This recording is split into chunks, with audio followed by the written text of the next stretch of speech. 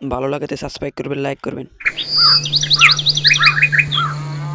এক গ্রামে বিমল নামে এক অত্যন্ত দরিদ্র কাঠুরে বাস করত। তার স্ত্রী সীমা দারিদ্র্যের কারণে খুব অস্থির থাকত। বিয়ের অনেক বছর কেটে গেলেও বিমল ও সীমার কোনো সন্তান হয়নি। একদিন বিমল জঙ্গলে কাঠ কাটতে কাটতে অত্যন্ত বিষণ্ণ হয়ে নিজের মনেই কথা বলতে লাগল। উফ, অনেক ক্লান্ত হয়ে গেছি রে। সেই আজীবনের ক্লান্তি আর সেই বিষণ্ণ দিন। ঠিক তখনই তার নজর পড়ল একটি গাছের নিচে তপস্যা করা এক সাধু বাবার ওপর। বিমল তখনই দৌড়ে সাধুর কাছে গেল। প্রণাম বাবা, আপনি তো অনেক জ্ঞানী ও অলৌকিক ক্ষমতার অধিকারী মনে হচ্ছে। বাবা, দয়া করে আমার ভবিষ্যৎ সম্পর্কে কিছু বলুন না। আমি খুব গরিব, এতটাই গরিব যে কখনো কখনো আমাকে আর আমার স্ত্রীকে না খেয়ে থাকতে হয়। বাবা বলুন না, আমার কপালে কি ধন সম্পদ নেই? তোমার ভাগ্যে অনেক ধন আছে, কিন্তু তা তোমাকে চেষ্টার মাধ্যমে পেতে হবে। চেষ্টা? কেমন চেষ্টা বাবা? এখান থেকে কিছুটা দূরে ঘন জঙ্গলে এক ধ্বংসস্তূপের ওপারে একটি গাছ আছে। সেই গাছটি সোনার রঙের মতো চকচক পড়ে। সেই গাছের নিচে খনন করো, সেখানে তুমি একটি কলস পাবে। তার ভেতরে যাই বেরোবে তাকে নিজের ভাগ্য মনে করে গ্রহণ করো। মনে রেখো, কলসটি জঙ্গলে খুলবে না, বাড়ি নিয়ে গিয়েই খুলবে। এইটুকু বলে সাধু সেখান থেকে চলে গেলেন। বিমল তখনই কুঠার নিয়ে সেই গাছের সন্ধানে বেরিয়ে পড়ল। অনেক খোঁজাখুঁজির পর বিমল একটি ধ্বংসস্তূপ দেখতে পেল। বিমল সেই ধ্বংসস্তূপের ভেতরে ঢোকা মাত্রই নিজেকে অন্য এক জঙ্গলে আবিষ্কার করল, যেখানে একটি গাছ সূর্যের আলোয় সোনার মতো চকচক করছিল। বিমল সেখানে মাটি খুঁড়তে শুরু করল এবং দ্রুত একটি কলস পেয়ে গেল। সে সেটি নিয়ে বাড়ি ফিরে এলো। কলসটি দেখে তার স্ত্রী সীমা তাকে জিজ্ঞেস করল, এটা কি? কোথা থেকে এনেছো? বিমল সীমাকে সব কথা খুলে বলল। শোনো সীমা, এমন এমন ব্যাপার ঘটেছে, আর সাধু বাবা বলেছিলেন এটাকে বাড়ি নিয়ে গিয়েই খুলতে। বিমল ও সীমা মিলে কলসের ঢাকনাটি খুলল, কিন্তু যা বেরোলো তা দেখে দুজনেই অবাক হয়ে গেল। এ কি? আমরা তো ভেবেছিলাম কলস থেকে সোনাদানা বেরোবে, কিন্তু এর মধ্যে তো একটা বাচ্চা। আর দেখো, এ তো বেঁচে আছে, ঠিক যেন কিছুক্ষণ আগেই জন্মেছে। কিন্তু সীমা, এটা ভাবো যে এই বাচ্চাটা বেঁচে আছে কিভাবে? কলসটি তো মাটির নিচে চাপা ছিল, আর এই বাচ্চা এই কলসের মধ্যে এলোই বা কিভাবে? সত্যি, নিশ্চয়ই কোনো বড় রহস্য আছে। হঠাৎ বাচ্চাটি কাঁদতে শুরু করল। আমাদের এই বাচ্চা দিয়ে কি কাজ? আমাদের নিজেদেরই খাবার জুটছে না, এই বাচ্চাকে আমরা কিভাবে পালবো? আরে সীমা, কয়েকদিন আগে তুমি সন্তান না থাকার কারণে কাঁদছিলে। হতে পারে ভগবান আমাদের কথা শুনেছেন এবং উপহার হিসেবেই বাচ্চাটি দিয়েছেন। চলো ভাগ্যবতী, একে এখন থেকেই বড় করি। বড় হয়ে এই তো আমাদের সাহারা হবে। সীমা বিমলের কথা মেনে নিল। তারা বাচ্চাটির নাম রাখল আকাশ। সময় কেটে যেতে লাগল এবং দেখতে দেখতে আকাশ 20 বছরের যুবক হয়ে উঠল। একদিন বিমল জঙ্গল থেকে কাঠ কেটে বাড়ি ফিরলে সীমা তাকে বলল, আপনি আর কতদিন এই কাঠ কাটবেন? আকাশ তো এখন 20 বছরের হয়ে গেছে, ওকে এবার কাজে লাগানো উচিত। হ্যাঁ, তুমি ঠিকই বলেছ। আজ আমি ওর সঙ্গে কথা বলবো। তা আকাশ কোথায়? আপনি তো জানেনই, আপনার ছেলে সারা দিন জঙ্গলে না জানি কী করে বেড়ায়। সন্ধে হলে তবে ফেরে। এই বয়সে যেখানে ছেলেদের অনেক বন্ধু থাকে, ওর কোনো বন্ধুই নেই। বিমল এটা শুনে গভীর চিন্তায় ডুবে গেল। তুমি ঠিকই বলছো। আজ আমি ওকে জিজ্ঞেস করব যে ওর মনে আসলে কি চলে। এই বয়সে এমন একা একা জঙ্গলে ঘোরা ঠিক নয়। তখনই সেখানে গ্রামের মাস্টার মশাইয়ের মেয়ে পাখি চলে এলো। জেঠু, আকাশকে বাড়িতে আছে? তুই তো জানিস মা, আকাশ সারা দিন জঙ্গলেই থাকে। গ্রামে তোর চেয়ে ভালো আর কেউ জানে না ও জঙ্গলের কোথায় থাকে। যা, তুই ওকে খুঁজে নিয়ে আয়। পাখি শুনে হাসল এবং তখনই জঙ্গলের দিকে পা বাড়ালো। সোজা সেই দিকেই গেল যেখানে আকাশ প্রায়ই যেত। এদিকে জঙ্গলের একটি পুকুরের ধারে ঘন ঝোপের মধ্যে আকাশ খুব মন দিয়ে কিছু দেখছিল। তখনই সেখানে পাখি পৌঁছালো।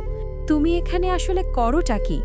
যখনই দেখি এই ঝোপগুলোর দিকে তাকিয়ে থাকো। পাখি, তুমি যেগুলোকে ঝোপ ভাবছ সেগুলো সাধারণ ঝোপ নয়। এগুলো ছোট ছোট সব ভেষজ উদ্ভিদ। ভেষজ উদ্ভিদ? হ্যাঁ, আর নয় তো কি।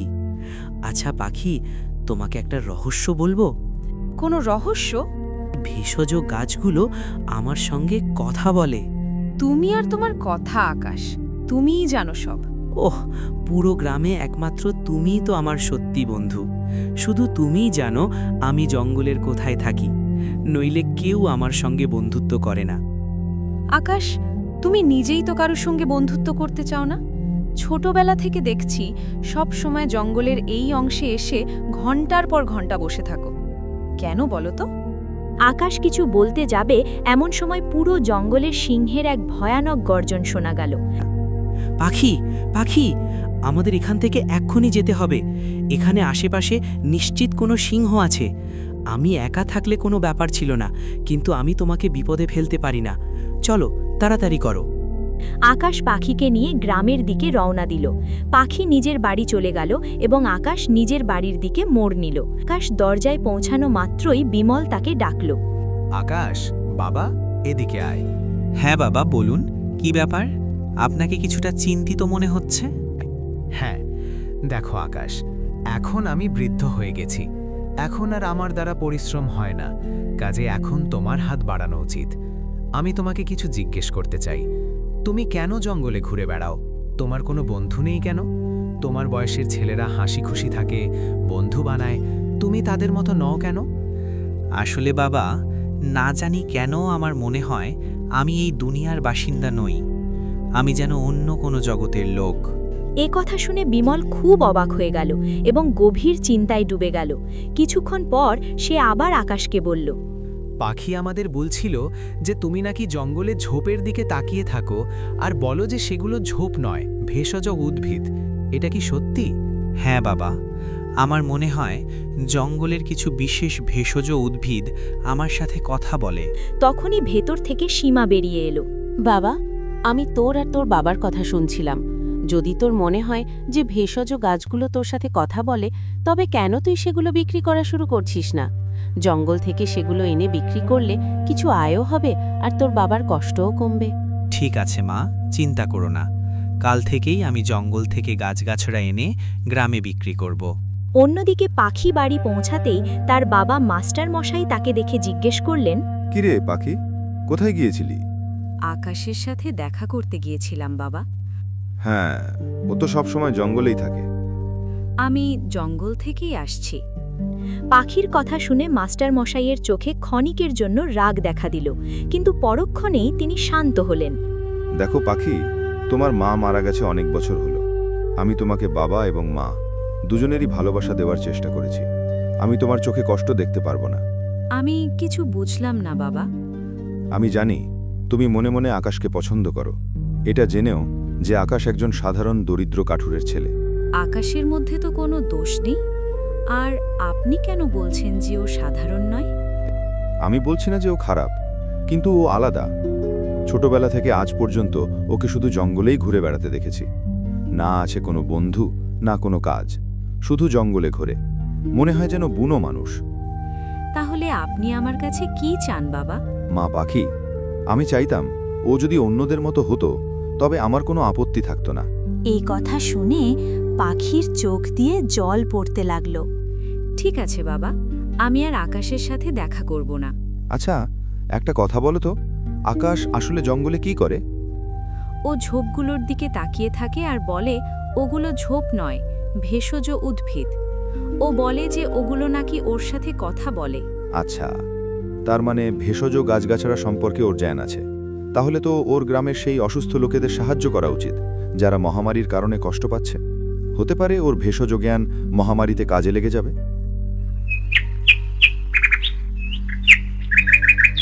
পরের দিন আকাশ ঘুম থেকে জেগে উঠলে দেখল দরজায় মাস্টার মশাই দাঁড়িয়ে আছেন।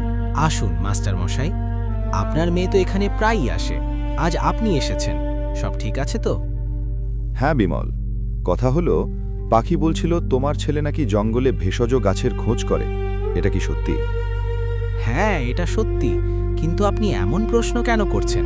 বিমল, দেখো, তুমি আর তোমার স্ত্রী অনেক বছর আগে এই গ্রামে এসে বসেছিলে, কিন্তু তোমরা গ্রামবাসীর সাথে কোনো যোগাযোগ রাখোনি। তাই তোমরা জানোই না গ্রামে আসলে কি চলছে। আচ্ছা, কি চলছে গ্রামে? গ্রামে এক ভয়াবহ মহামারী ছড়িয়ে পড়েছে। এ পর্যন্ত 5 জন এর কবলে পড়েছে, আর 3 জন মারা গেছে। হে ভগবান, এত কিছু হয়ে গেল আর আপনি আমাদের এখন বলছেন? সেটাই তো, এ পর্যন্ত কোনো কবিরাজের ওষুধ বানাতে পারেনি। যদি আকাশের সত্যিই জ্ঞান থাকে, তবে হয়তো ও এই মহামারী থামাতে পারবে।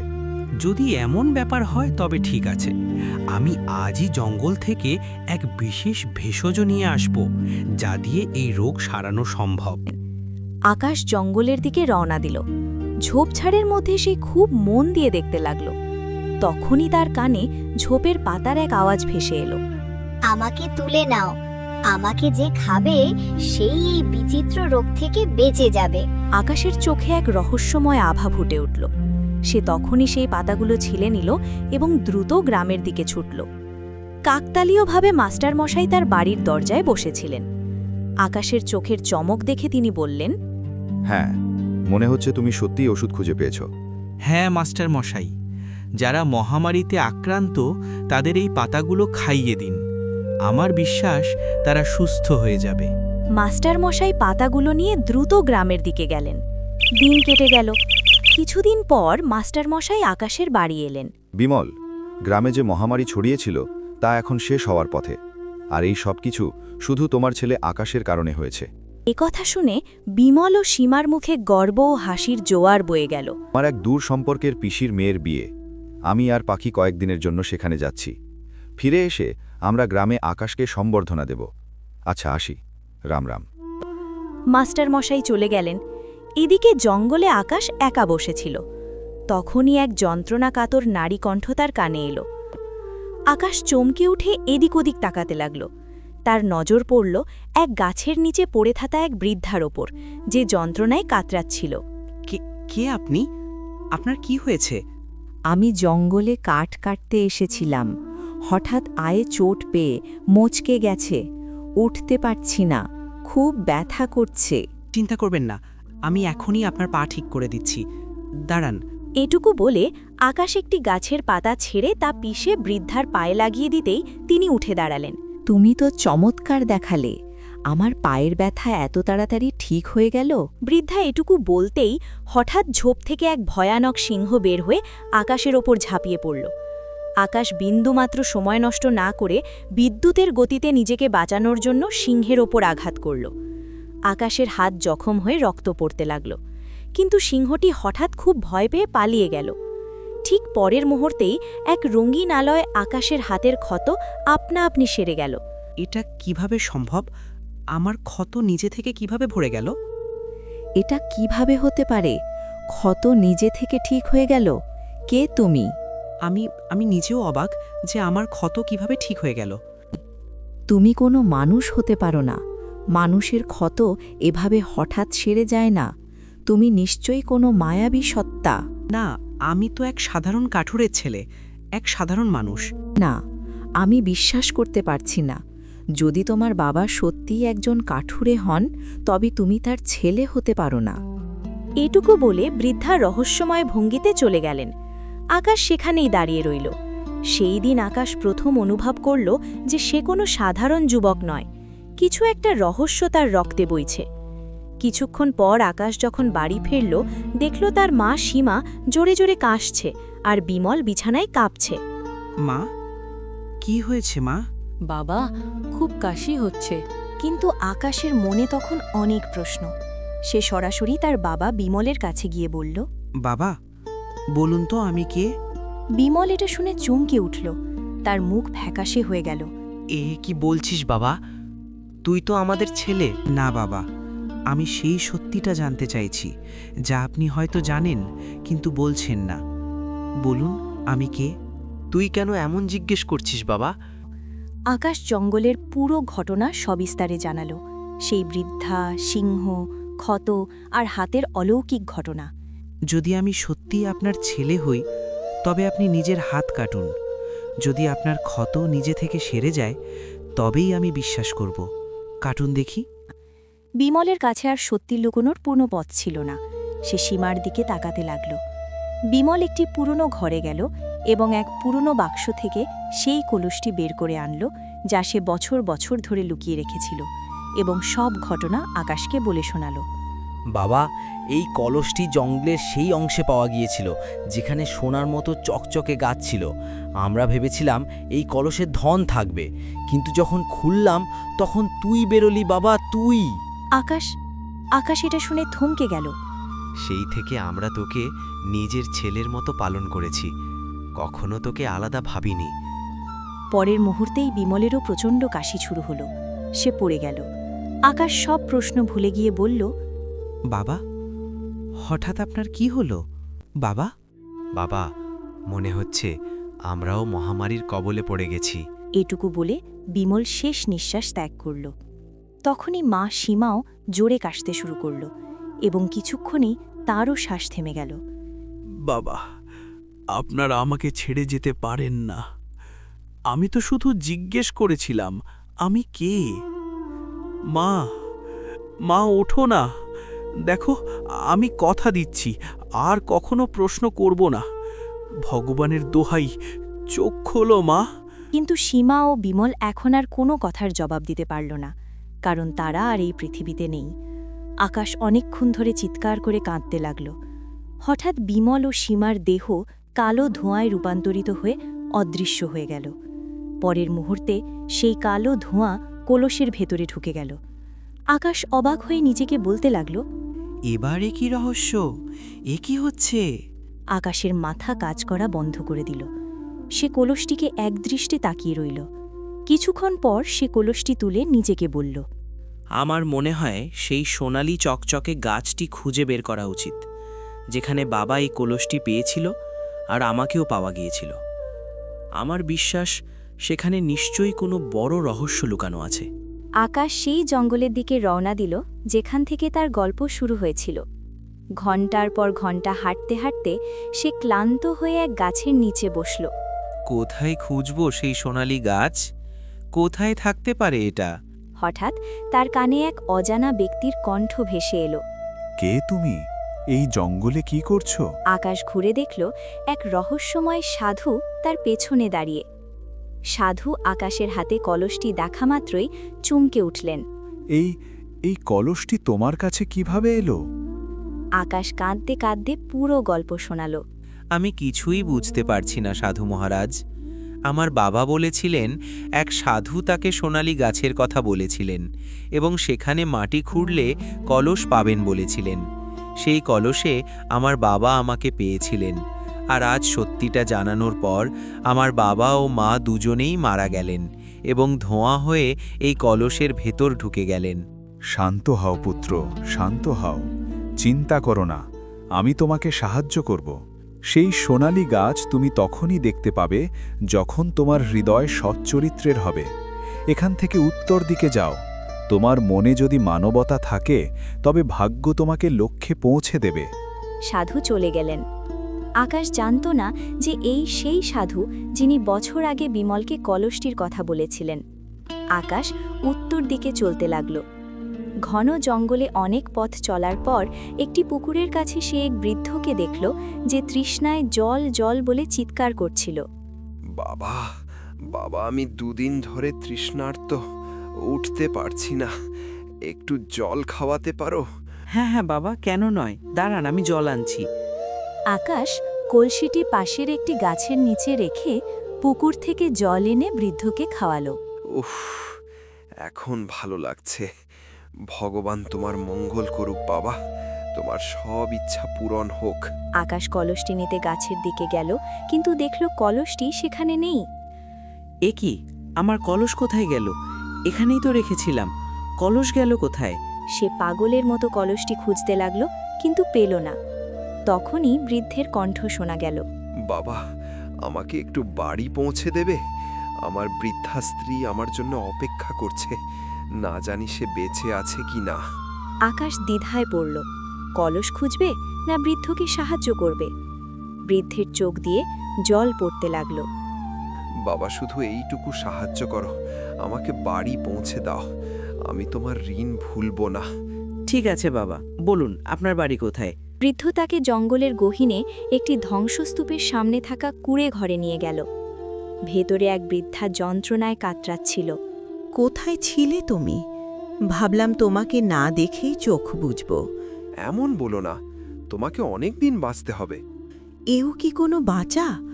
বছর আগে সেই অত্যাচারীরা আমাদের ছেলেকে আমাদের চোখের সামনে কেড়ে নিল। যদি জানতাম ও যে জিনিসটা এনেছিল সেটাই ওর কাল হবে, তবে আমি ওটা নিজের হাতে ভেঙে দিতাম। বৃদ্ধ ডুকরে কেঁদে উঠল। তখনই বৃদ্ধার নজর আকাশের ওপর পড়ল। এ কে? এর চেহারা তো ঠিক ওর মতোই, যে বছর আগে আমাদের ছেলেকে মেরেছিল। না, এ সে নয়। এ আমাকে সাহায্য করেছে। আমিও ওকে প্রথম দেখে চমকে গিয়েছিলাম, কিন্তু যে আমাদের ছেলেকে মেরেছিল সে তো এখন বৃদ্ধ হয়ে গেছে। এ অন্য কেউ।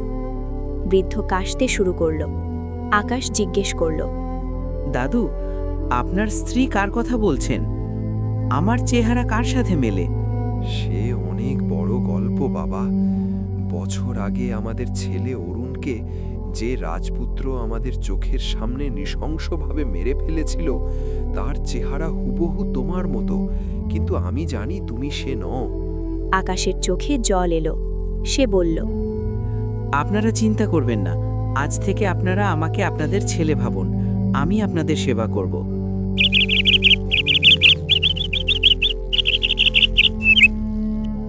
সেই দিন থেকে আকাশ ওই বৃদ্ধ দম্পতির সেবা করতে লাগল। কিছুদিনের মধ্যে তারা সুস্থ হয়ে উঠল। একদিন আকাশ ধ্বংসস্তূপটি দেখছিল, তখন বৃদ্ধ সেখানে এলেন। দাদু, এই ধ্বংসস্তূপটা অনেক প্রাচীন মনে হচ্ছে। হ্যাঁ, সব তো এই ধ্বংসস্তূপের কারণেই হয়েছে বাবা। এটাই আমাদের ছেলে কেড়ে নিয়েছে। বছর আগে আমার ছেলে অরুণ এই ধ্বংসস্তূপের ভেতর ঢুকেছিল এবং নিজেকে অন্য এক জঙ্গলে আবিষ্কার করেছিল, যেখানে এক সোনালী গাছ ছিল। তার নিচে এক কলস ছিল, যা সোনাদানা ভর্তি। সেই কলস নিয়ে সে বাড়ি এসেছিল। তারপর কি হলো? আমরা বলেছিলাম কলসটি রেখে আসতে, কিন্তু ও শোনেনি। তারপর না জানি কোন দেশের রাজা, রানী আর রাজপুত্র এখানে এসে আমার ছেলেকে মেরে ফেলল। এই সোনালী গাছের খোঁজেই তো আমি এসেছিলাম। আকাশ দৌড়ে ধ্বংসস্তূপের ভেতর চলে গেল। বৃদ্ধ আকাশের পেছনে দৌড়ালেন। মুহূর্তে তারা সেই মায়াবী জঙ্গলে পৌঁছালো, যেখানে সেই সোনালী গাছ ও কলসটি পড়েছিল। এটাই তো সেই কলস যা আমার কাছে ছিল।